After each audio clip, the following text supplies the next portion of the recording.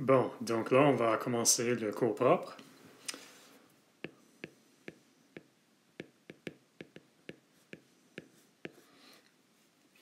Et comme on a dit, le chapitre 1 concerne les gaz réels et parfaits.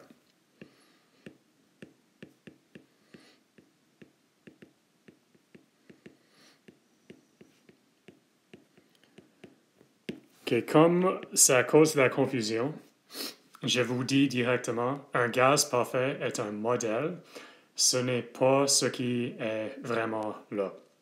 Donc, c'est une image, on peut dessiner une image physique, ce qu'on fera aujourd'hui, qui donnera le comportement d'un gaz parfait.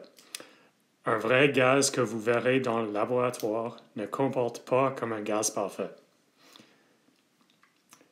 Tout ça pour dire, un gaz parfait est une approximation à la réalité.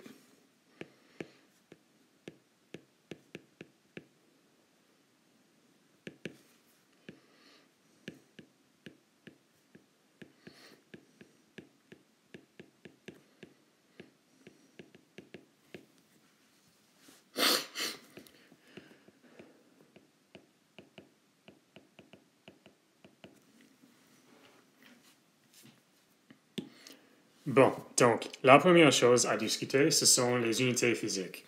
Donc, il faut que vous sachiez les unités. Donc, on utilise le système international.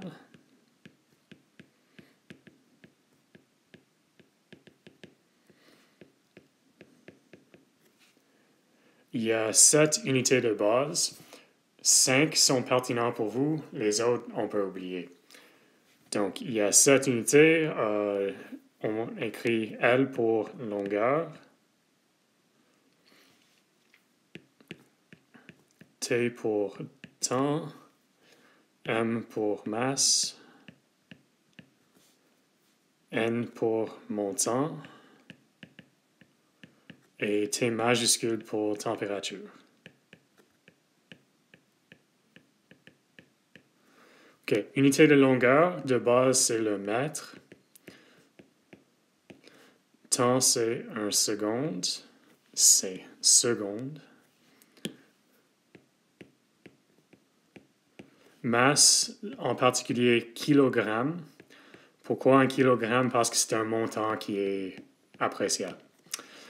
Ensuite, montant, c'est un mol.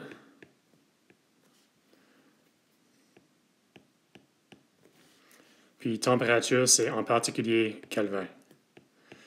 Okay. La différence entre Kelvin et degrés Celsius est très importante.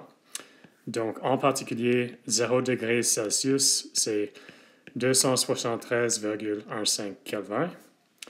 Et c'est là où je précise que je viens d'un background anglophone, j'utilise un point décimal. Si j'essaie d'utiliser un virgule, je vais me confondre, puis ça va vous confondre. Donc, dans mes notes écrites, j'utilise uniquement un point décimal.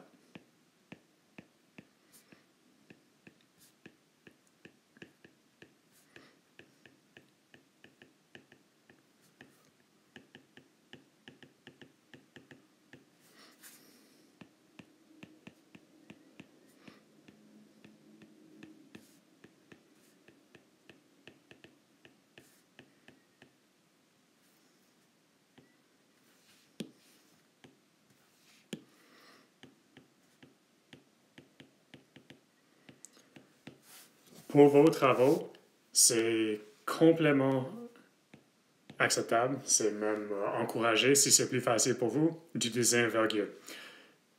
J'utilise un point pour que mes notes sont cohérentes. Vous êtes permis d'utiliser n'importe quoi, c'est bon. Bon, donc avec les unités de base, on les combine ensemble pour faire des unités composées, pour mesurer les quantités qu'on voit. Donc en particulier, les unités qui sont importantes. Et ça, je ne veux pas que vous mémorisez, mais il faut les savoir. Donc, une R, c'est quoi? C'est longueur fois longueur. Donc, l'unité, c'est le mètre carré. Volume,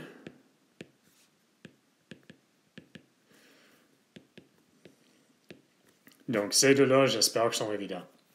OK, l'unité de force. Force, c'est pertinent aujourd'hui, mais après, pas trop. Donc, c'est une masse fois une longueur divisée par temps au carré.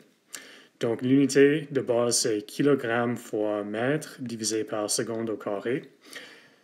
Cette unité a un nom, c'est le Newton.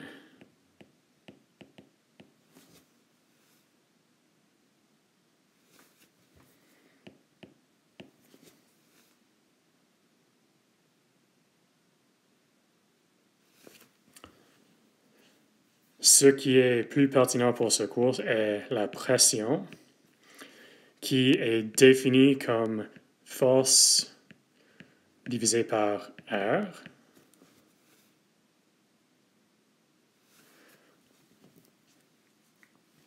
Donc, son unité de base, c'est l'unité de base pour force divisée par l'unité de base, l'unité composée pour la force divisée par l'unité composée pour R. Donc, c'est kilogramme divisé par mètre seconde au carré. Et cette unité a un nom particulier qui s'appelle un pascal, ou un P en minuscule. Finalement, énergie. Donc, la dimension, c'est masse fois longueur carrée divisé par temps au carré. Pardon, temps, c'est T minuscule. Donc, l'unité de base, c'est kilogramme pour masse, mètre carré pour longueur. Puis T au carré, seconde au carré. Et cette unité composée s'appelle un joule. Bon, donc, quand j'étais à votre niveau, c'était quelque chose qu'on a vu au secondaire. J'espère que c'est pas nouveau pour vous. Si c'est le cas, il faut le savoir, je vous le dis. La conséquence d'utiliser les unités du système international, c'est que quand on les combine ensemble, on reste dans les unités du système international. Le point qui est moins bon, c'est que les valeurs numériques sont souvent bizarres ou extrêmement grands ou extrêmement petits. C'est à cause des choix qu'on a fait pour les unités de base. Il y a aussi plusieurs unités de pression plus amenables à la vraie vie, disons. Donc, on a des différentes unités de pression. S'il faut savoir la conversion entre les unités de pression, je ne veux pas que vous le mémorisez, donc c'est sur la feuille des équations. Donc, en particulier, la pression moyenne atmosphérique s'appelle 1 atmosphère. En termes de Pascal, on a une valeur numérique de 100 001 et 325 Pascal. Donc, il n'y a pas de point décimal là. On peut aussi l'écrire comme 101,325 kilopascal. Pourquoi? Parce que si on mesure la pression atmosphérique en unité du système international, on soit une valeur 101 325 pascal, un montant un peu bizarre. On le définit comme 1 atmosphère pour dénoter la pression atmosphérique en moyenne. Il y a des autres unités pour la pression en utilité. On appelle un bar, défini comme 100 000 pascal.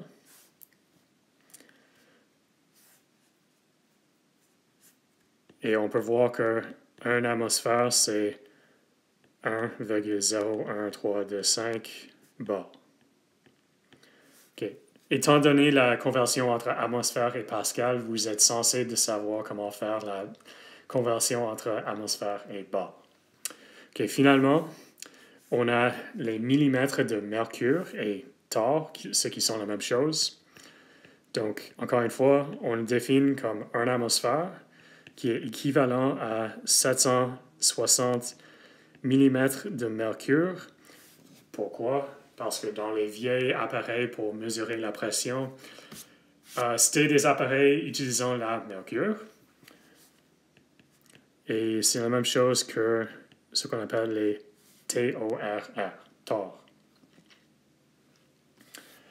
Maintenant, les pompes à une vide qui est très haute ont une mesure de pression dans les millitors, ce qui représente une pression très, très petite. Bon, donc là, il y a plusieurs unités de pression qui sont présentes dans les questions et les exercices.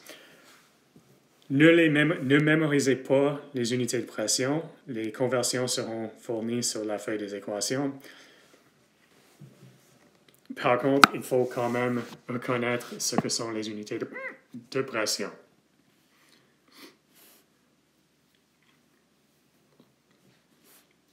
Bon, donc, ce que vous avez vu dans vos anciens cours, un gaz parfait,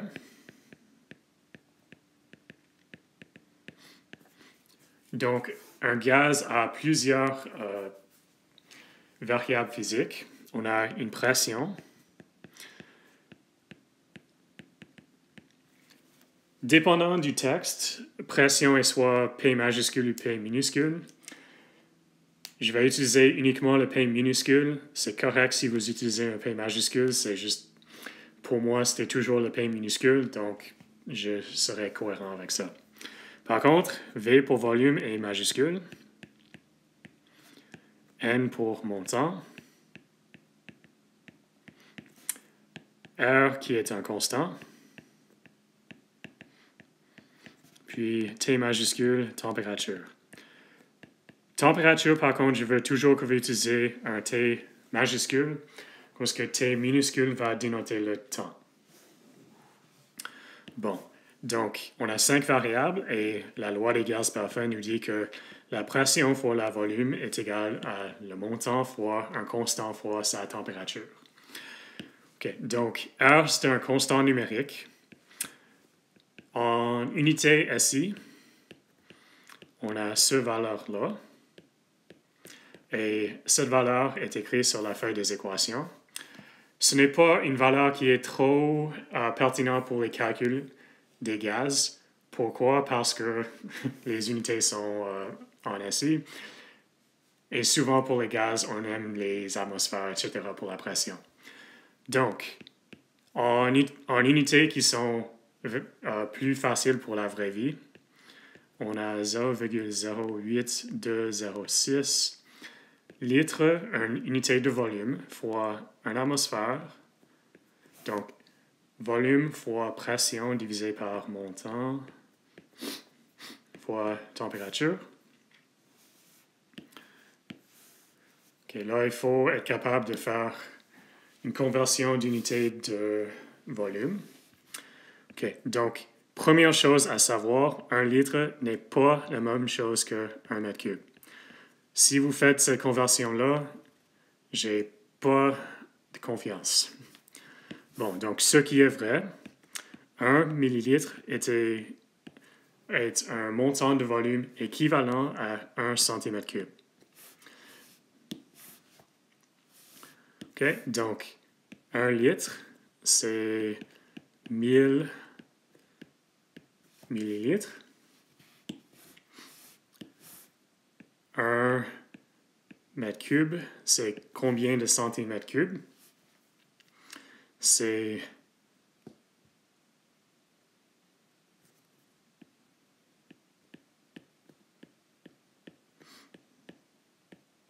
ce montant de centimètres cubes. Je vous encourage de faire cette conversion-là vous-même.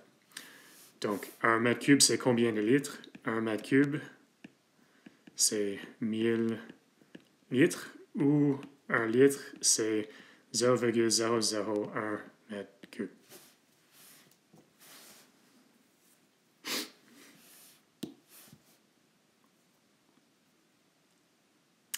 OK, donc on va regarder cette loi dans 3 situations précises.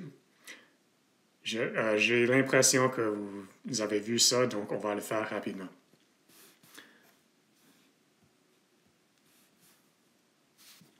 Donc, en premier, on a la situation de T constant. Et bien entendu, N est constant aussi. Donc, pour un montant de gaz précis à une température constante, on a que PV c'est égal à nRT. Donc, dans cette situation-là, tout ça est constant, donc ne change pas. Ce qui veut dire que si on a une pression et volume, on a un état avec une pression et un volume, ce produit sera la même que la pression fois le volume à un autre état. Donc, si c'est trop en même temps, on a que P1V1 c'est égal à nRT1 et P2V2 c'est égal à nRT2. Si T est constant, T1 est égal à T2. Donc, on peut identifier les deux côtés. On a P1 fois V1 est égal à P2 fois T2.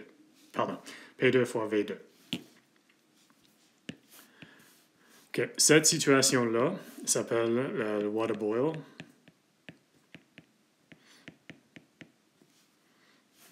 Donc, pression fois volume est constant.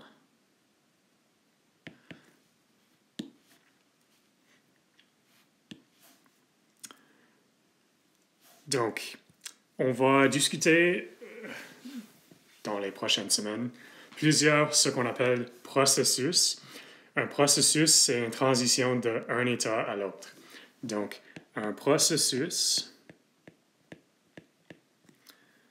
pendant lequel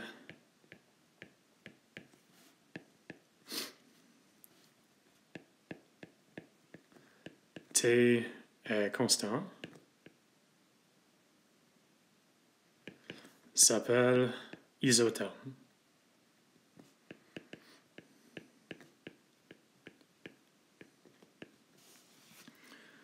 Okay. Donc, le processus est défini comme P1, V1 et T1. Les variables du système vont changer à P2, V2, T2. Et pour ce processus, on a que T1 et T2 sont les mêmes. Donc, pour ce processus-là, on l'appelle un isotherme. Okay. Là, on peut faire des dessins des variables. Si on a pression sur l'axe des Y, puis volume sur l'axe des X, un isotherme est défini par un courbe comme ça. Donc, T est constant sur ce courbe, donc on va l'appeler, disons, TA. On peut avoir une courbe comme ça. Tous les points sur ce courbe sont liés ensemble par une température constante, qu'on peut appeler TB. Puis on peut avoir des courbes plus haut. Donc, le point, c'est tous ces courbes-là lient les variables P et V ensemble à une température définie. La température sur chacun de ces courbes sont différentes, mais pour chaque point sur une courbe, les températures sont identiques.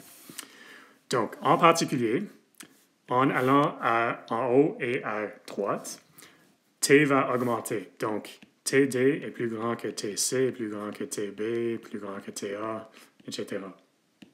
Donc, plus on est en haut et à droite, la température augmente. Mais sur chacun de ces courbes, la température est constante. Bon, donc, dans ce cours, ce cas est le plus important. Il y a deux autres cas où on a une pression qui est constante. Puis encore une fois, N qui ne change pas. Donc là, on peut faire un dessin de V versus T. Puis on va avoir des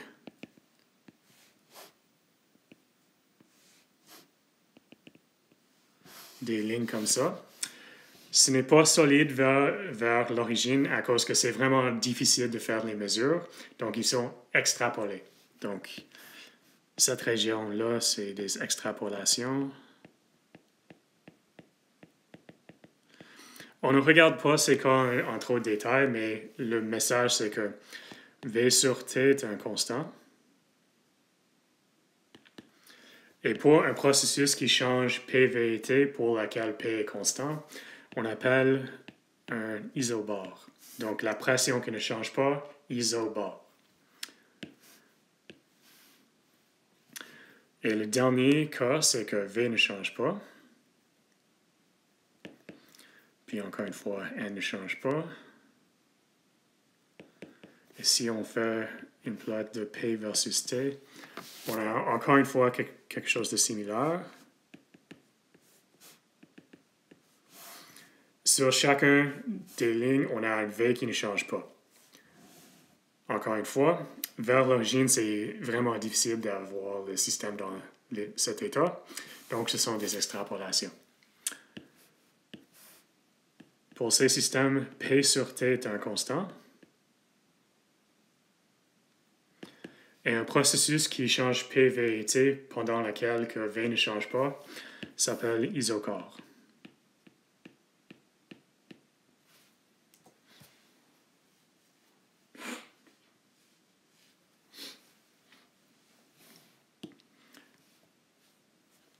OK.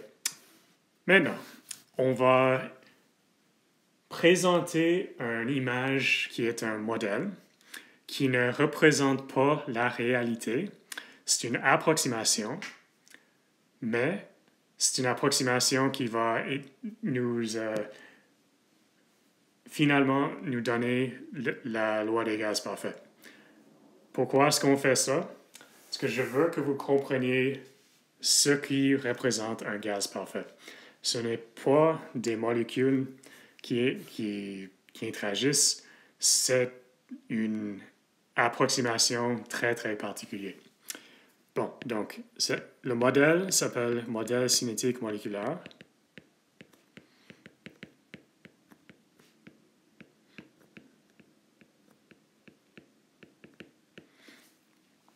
Et l'image, c'est que on a une boîte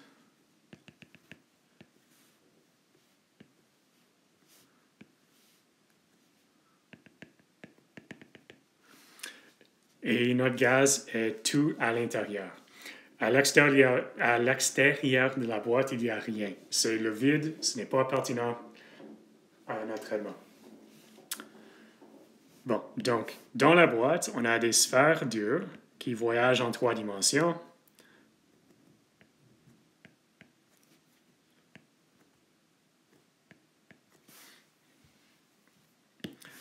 Qui vont frapper les murs et très, très rarement vont frapper ensemble. Donc, notre système, c'est la boîte qui contient des sphères dures qui interagissent avec la boîte et très, très rarement entre eux. Donc, le système est un ensemble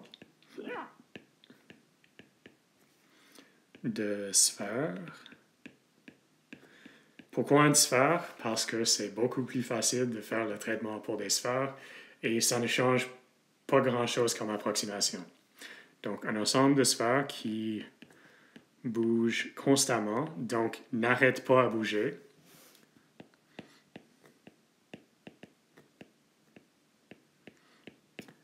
Dans un volume précis. C'est quoi le volume précis? Le volume de la boîte.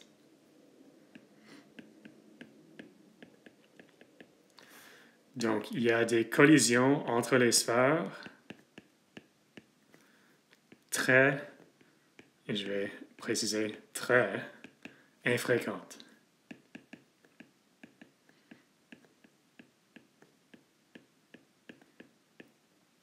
Si on veut l'imaginer sur une échelle plus à nous, imaginons qu'on est dans le centre Vidéotron, puis on a 2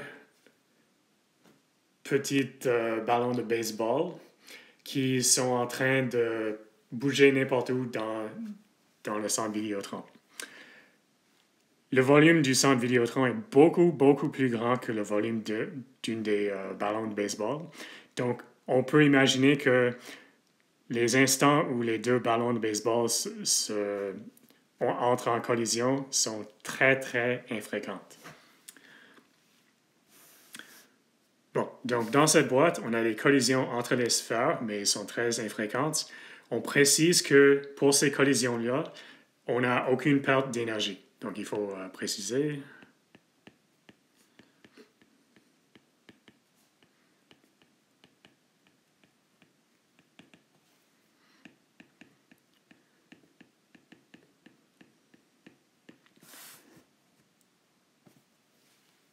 Donc, si ça ne nous dit pas grand-chose, on l'interprète comme on a deux sphères qui ont la même masse, ils ont une vitesse. Les vitesses avant et après les collisions vont être les mêmes. C'est tout qui est pertinent pour le cours. Bon, donc, cette image-là, d'un volume précis avec des sphères là-dedans qui font des collisions avec les murs, c'est le modèle d'un gaz qu'on va considérer. Donc, le gaz a plusieurs variables qu'on vient de voir. En premier, le volume. C'est quoi le volume de ce gaz-là?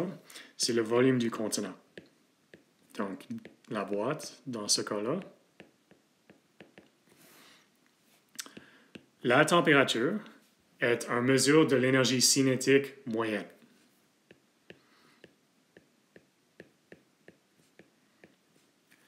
Donc, on va revoir ça, mais pour l'instant, je vous dis que c'est le cas.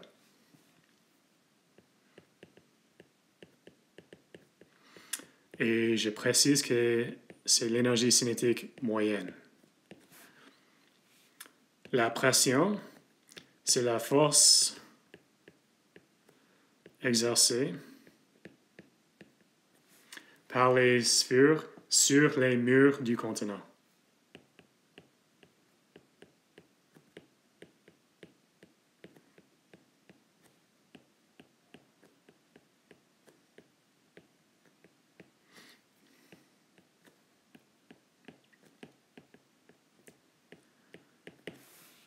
Bon, donc, le développement qu'on va faire, c'est un développement qui est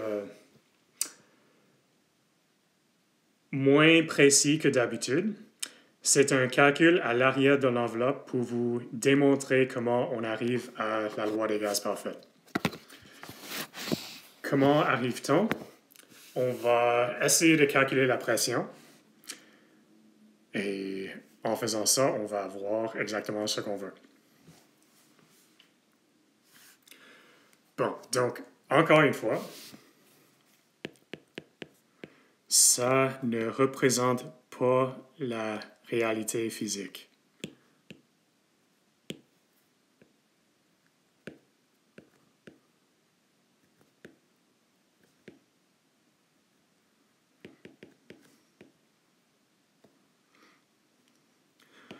Pourquoi? On verra que les molécules en réalité ne sont pas des sphères dures. Il y a une interaction. Il y a des interactions entre les molécules, ce qui rend cette image moins bonne. Comme exemple, une molécule d'eau a une interaction avec une autre molécule d'eau. Ça n'interagit pas comme un gaz parfait. Bon, donc, avec cette image, on a trois postulats. Et avec ces énoncés-là, on va faire le calcul. Donc, 1, on a un gaz composé de particules qui sont les sphères dures en mouvement aléatoire incessant, ce qu'on vient de dire.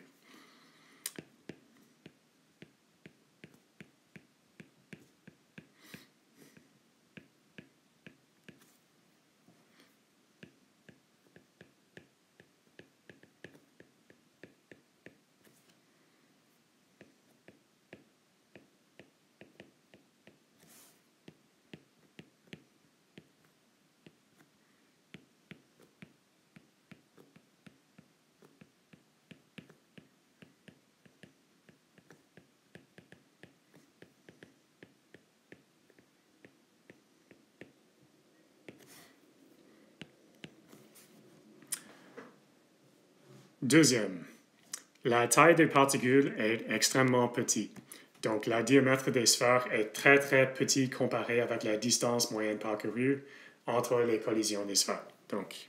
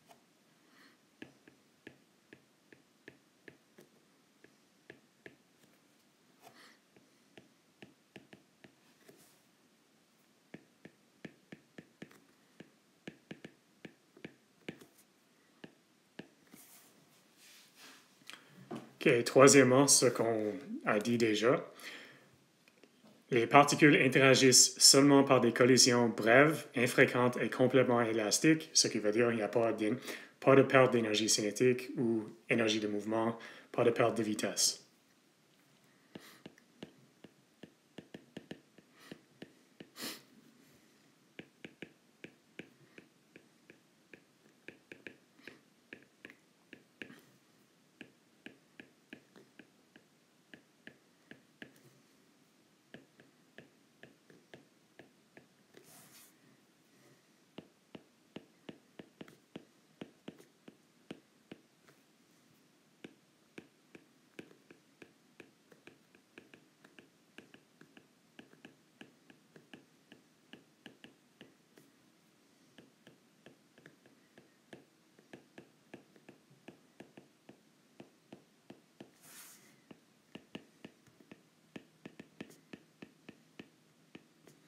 OK. Élastique, encore une fois, veut dire aucune perte d'énergie cinétique ou d'énergie de mouvement.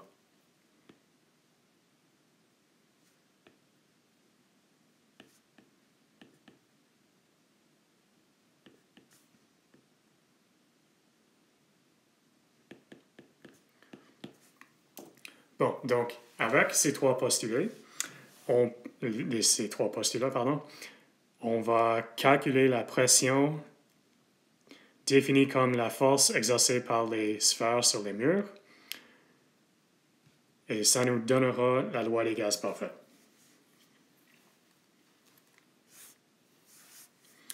Donc, on va justifier la loi des gaz parfaits en calculant la force. Donc, pour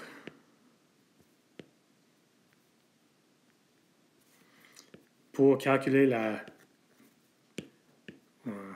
pression,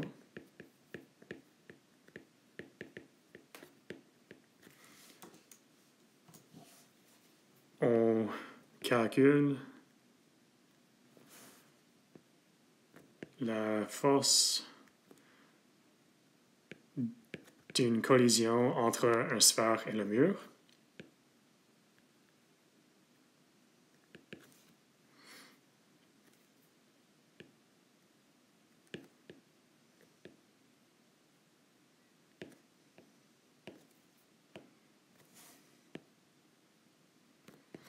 Ensuite, on va multiplier par le nombre de collisions dans un montant de temps particulier.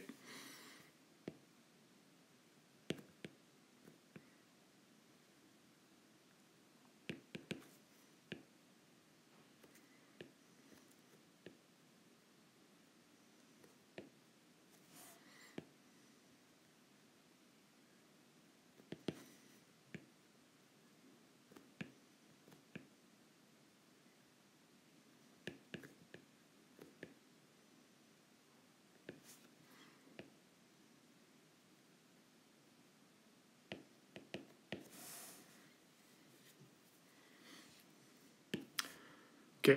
Donc là, on considère un sphère.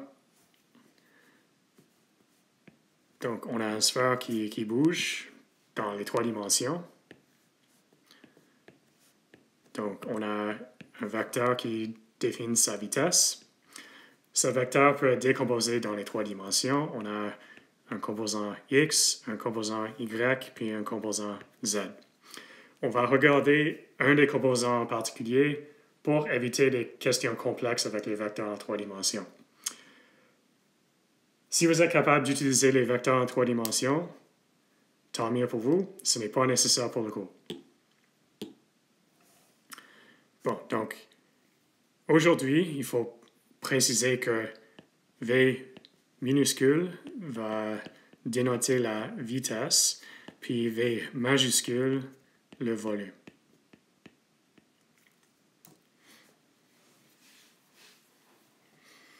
Donc, ce qu'on va faire, on va regarder une collision entre une sphère puis un mur. On va calculer la force échangée. Puis on va multiplier par le nombre de collisions dans un montant de temps particulier. OK, donc Pour simplifier la vie, on regarde un axe en particulier, puis on dira qu'il n'y a aucune préférence de direction, puis à la fin, on va multiplier par un facteur. Donc, on regarde un axe en particulier.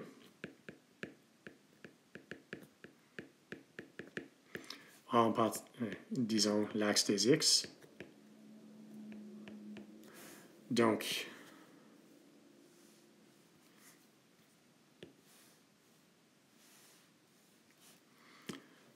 on a deux images, donc disons qu'on a un composant y puis x. Donc, avant une collision,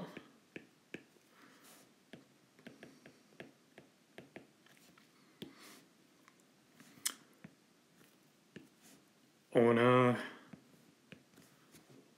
un sphère qui a une vitesse comme ça. Donc, on a un composé dans la direction x, puis un composé dans la direction y.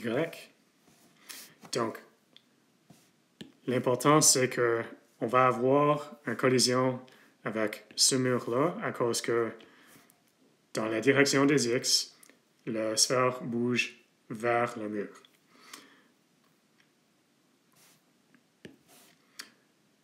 OK, donc on verra une collision. Après la collision, disons que la sphère a changé de position. Le composé dans la direction x est la même, mais avec une signe qui est différent parce qu'on va dans l'autre sens. Et je vais essayer d'être cohérent. La vitesse dans la direction y ne change pas. Donc, la vitesse dans la direction x a changé, mais dans la direction y n'a pas changé. Donc, la seule différence, c'est dans le sens des x. Donc, si on essaie de démontrer ça, on a la chose qui a frappé le mur, puis rebondit comme ça. OK, donc là, on peut être précis. Dans la direction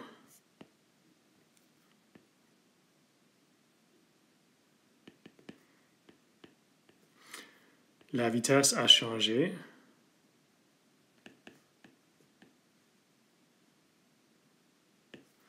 De Vx à moins Vx. C'est quoi la différence? C'est de 2Vx.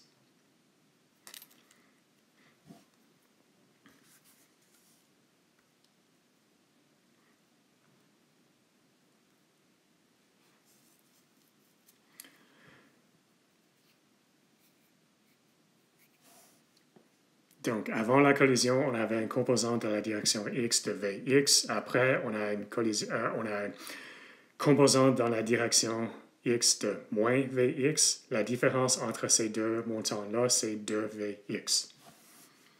Donc, la vitesse a changé par 2Vx. Dans la direction y ou dans la direction z, la vitesse n'a pas changé.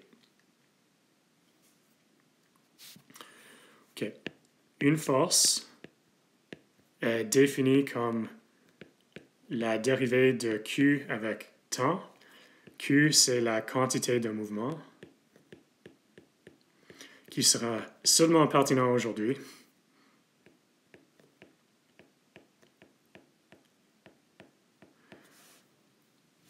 Et on va l'approximer comme le changement de la quantité de mouvement dans un montant de temps particulier. Bon, donc Q est défini comme masse fois vitesse, et c'est un vecteur, en principe. Dans ce cours, les vecteurs ne sont pas pertinents. Donc, avant la collision, on a mvx. Puis, après la collision, on a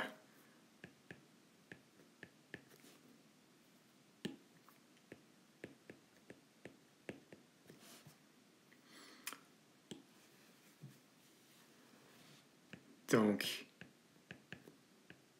la quantité de mouvement a changé par ce montant-là. M, c'est seulement la masse d'un sphère. C'est pertinent, mais c'est pas important sa valeur. Donc, M, la masse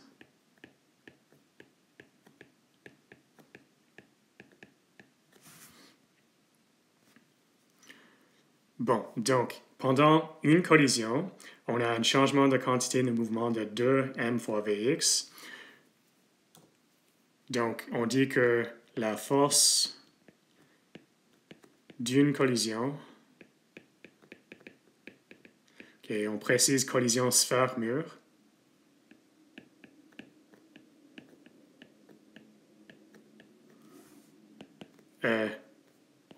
en principe, c'est une approximation. C'est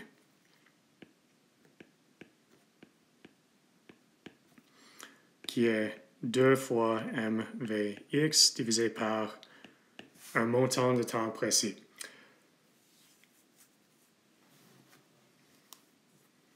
On n'a pas précisé ce que c'est, ce montant de temps. On va le voir directement.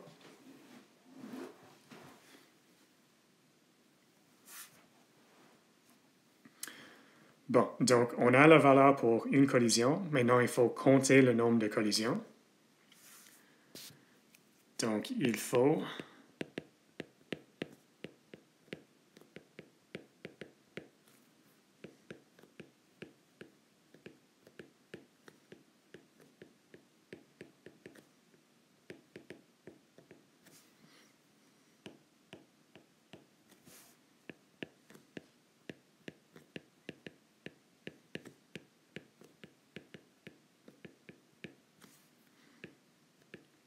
OK, donc on n'a pas précisé le montant de temps, mais on peut compter le nombre de collisions dans un montant de temps aléatoire. Comment?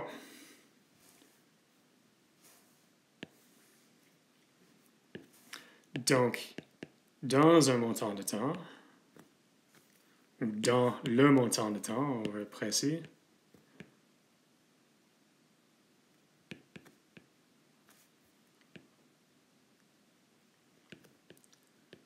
dans ce montant de temps, un particule ou une sphère dure traverse une distance de vitesse dans une direction particulière fois ce montant de temps.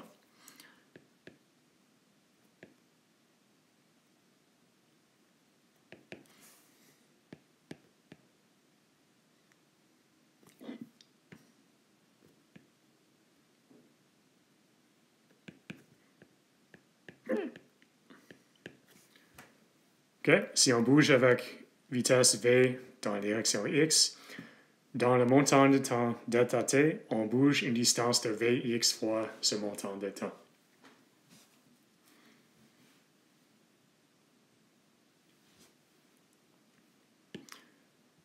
Bon, donc on peut redessiner notre boîte.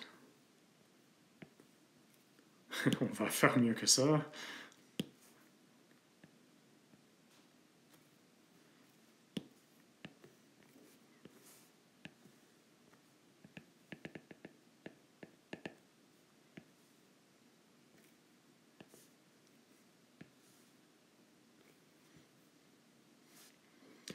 Okay, on va l'élargir pour que mon argument sera plus facile à voir.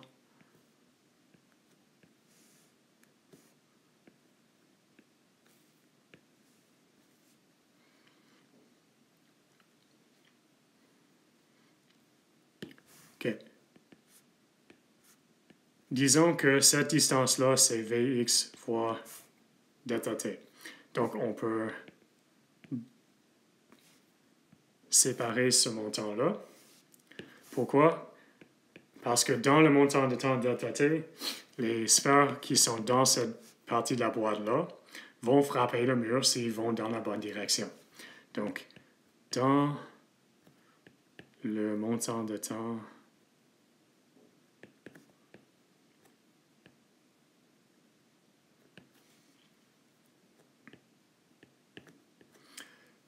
les particules dans cette région ici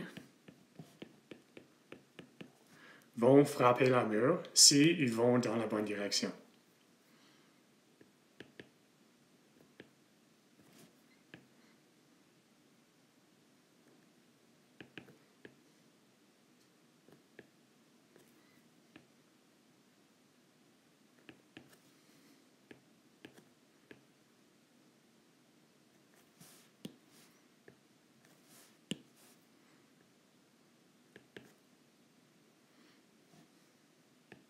Donc, toutes les particules dans la région à droite qui bougent à droite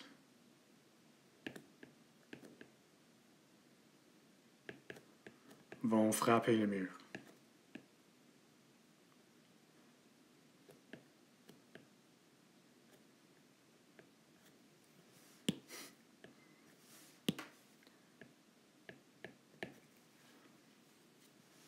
OK.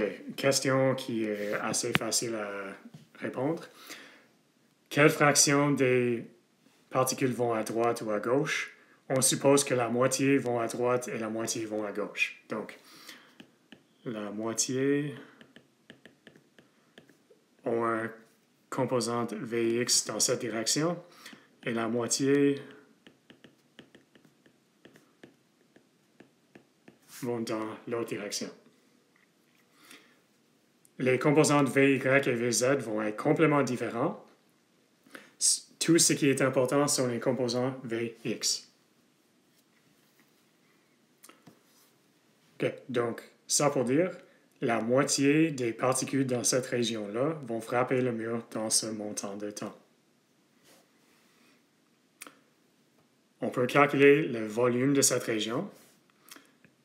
L'aire de la surface du mur, on va dire que c'est A.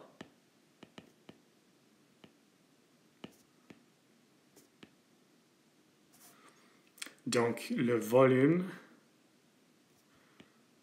de la région, c'est assez facile à calculer. C'est l'aire de la surface fois cette distance-là. Donc, c'est A fois Vx fois delta T.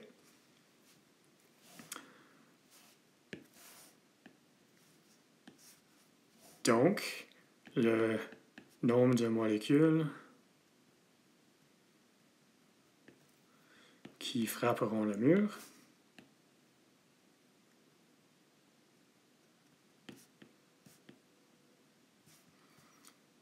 on précise dans ce montant de temps, c'est 1 demi AVX delta T.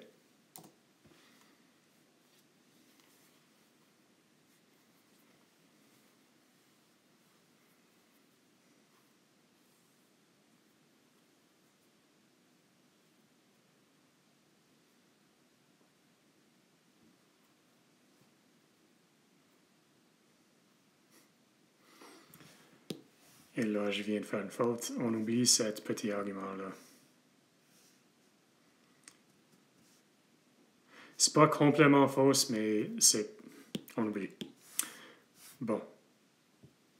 On va calculer le montant de molécules dans cette région en divisant par le volume complet.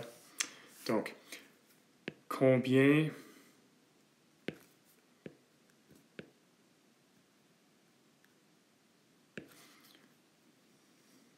molécules? Combien de particules? Je ne veux pas utiliser le mot molécule parce qu'on a des implications physiques qui ne suivent pas. Donc, particules, et on précise un particule, c'est une sphère dure, sont dans le volume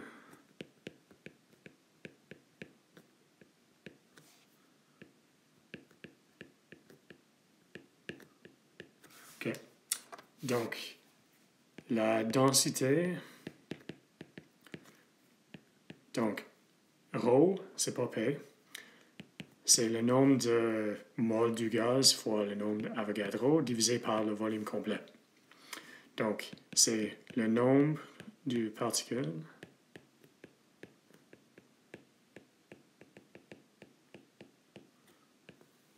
divisé par le volume. On obtient le nombre de particules dans un volume précis en multipliant par le volume qu'on considère. Donc, le nombre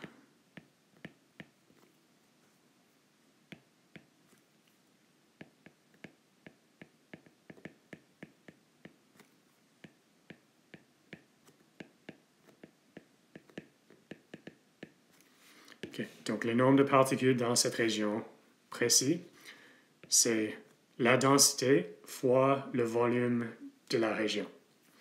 Donc, ρ fois Vx delta t, ce qui est n en majuscule, a Vx delta t, divisé par V. OK. Et ce qui est correct maintenant, le montant qui vont frapper le mur, c'est la moitié.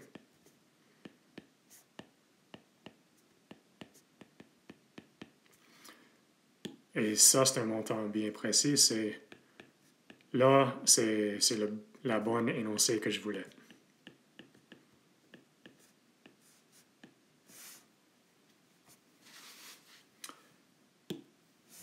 Bon, donc, qu'est-ce que ça représente?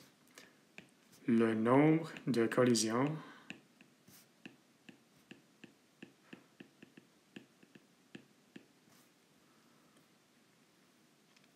encore une fois, quel type de collision? Sphère, mur.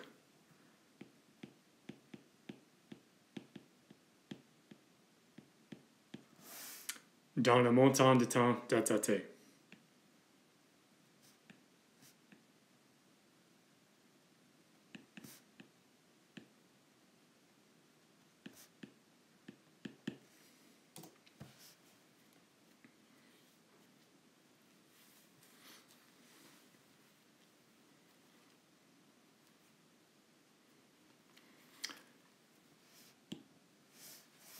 Bon, donc, on combine ça avec ce qu'on a calculé pour la quantité de mouvement pour chaque collision.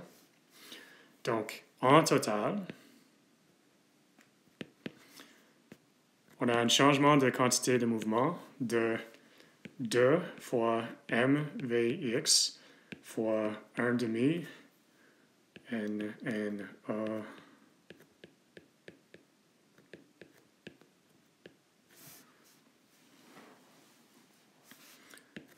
OK, donc ça c'est pour chaque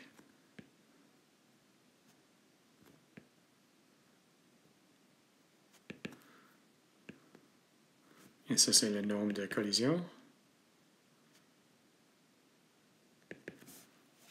OK, là on a des facteurs qui vont s'annuler. Bien entendu, on a ça puis ça. OK. La force a été définie comme le dérivé de Q avec temps, donc on l'approxime, on suppose que c'est égal à ça.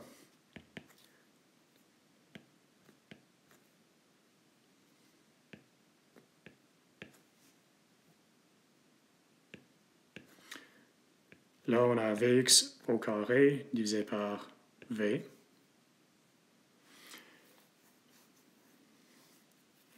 Notez que maintenant, à droite, c'est indépendant du montant de temps. Okay. La pression, qui est définie comme une force divisée par l'aire de la surface sur laquelle on a les collisions, nous donne 1 sur A fois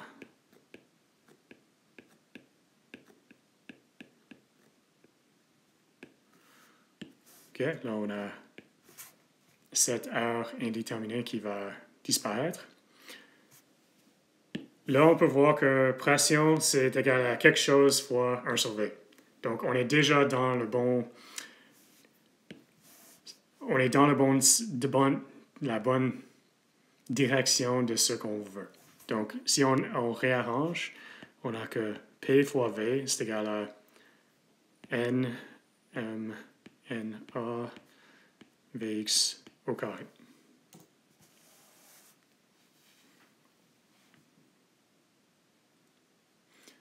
OK, on est presque rendu à la fin. Il y a quelques observations qu'il faut élaborer. Donc, je ne l'ai pas dit à haute voix. On a supposé que les molécules bougent tous avec les particules, je vais préciser encore, bougent tous avec la même vitesse. Ce n'est pas le cas. Donc, les particules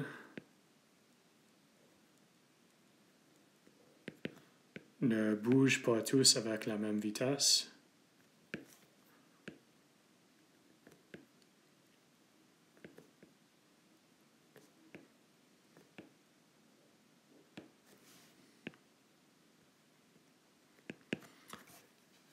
il y a une distribution de vitesse qui sera la prochaine leçon. Par contre, s'ils ne ont pas tous la même vitesse, ils ont une vitesse moyenne. On n'utilise pas directement la vitesse moyenne, on utilise la moyenne du vitesse au carré pour des raisons. Donc, on remplace Vx au carré avec Vx au carré en moyenne. Ce que c'est la moyenne de Vx au carré.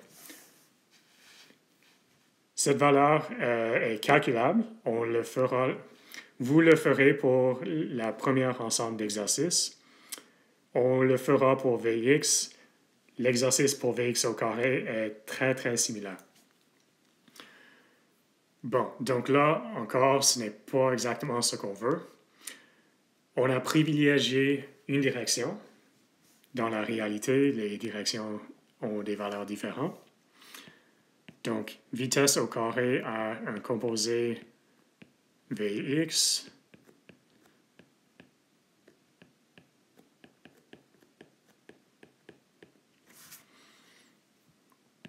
donc disons la valeur moyenne de V au carré. Il n'y a pas de direction privilégiée. Donc, on suppose que ces trois valeurs sont identiques. Et c'est le cas. Donc, on peut dire que Vx au carré, c'est 1 sur 3 V au carré.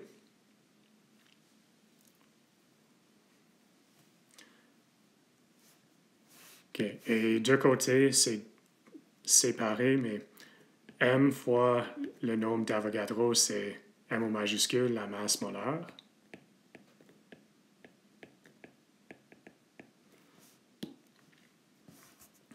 Donc, on va faire ces remplacements. Donc, m fois, ok, je vais l'écrire en premier. On remplace Vx au carré comme ça. Et on remplace m fois na. Donc, n m v au carré divisé par 3. OK, donc, dans la prochaine leçon, on va calculer, bon, vous allez calculer la vitesse moyenne en carré. Donc, on verra que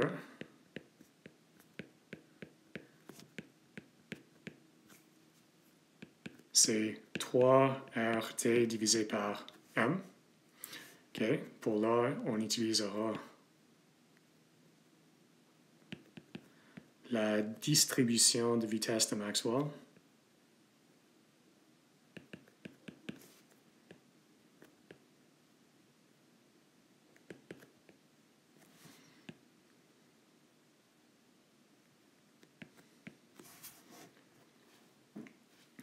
Donc, on avait que PV, c'était N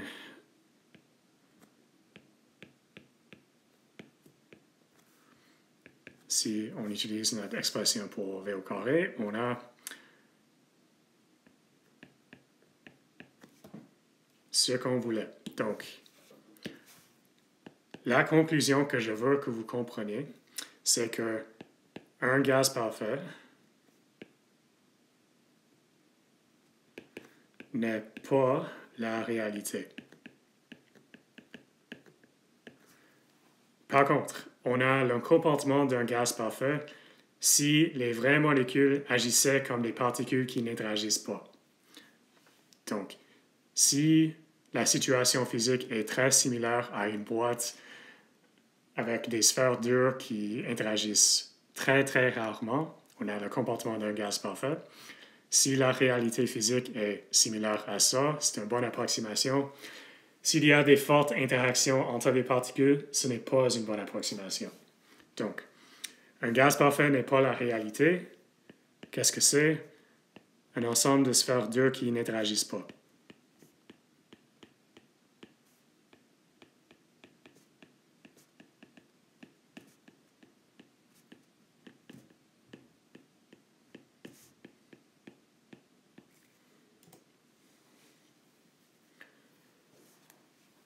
Bon, donc le but de ce leçon, c'était de vous démontrer ce que je veux que vous pensiez quand vous pensez à un gaz parfait. C'est cette image physique.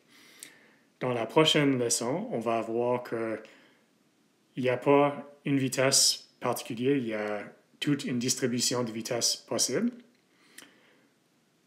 On vous donne l'expression, c'est possible de le développer avec votre niveau mathématique. Je l'ai essayé la première fois, mais on ne le fera pas. Puis on va calculer la vitesse la plus probable et la vitesse moyenne. Ça sera vos devoirs, mais pas un devoir. C'est un des exercices pour la première semaine de calculer la vitesse moyenne carrée.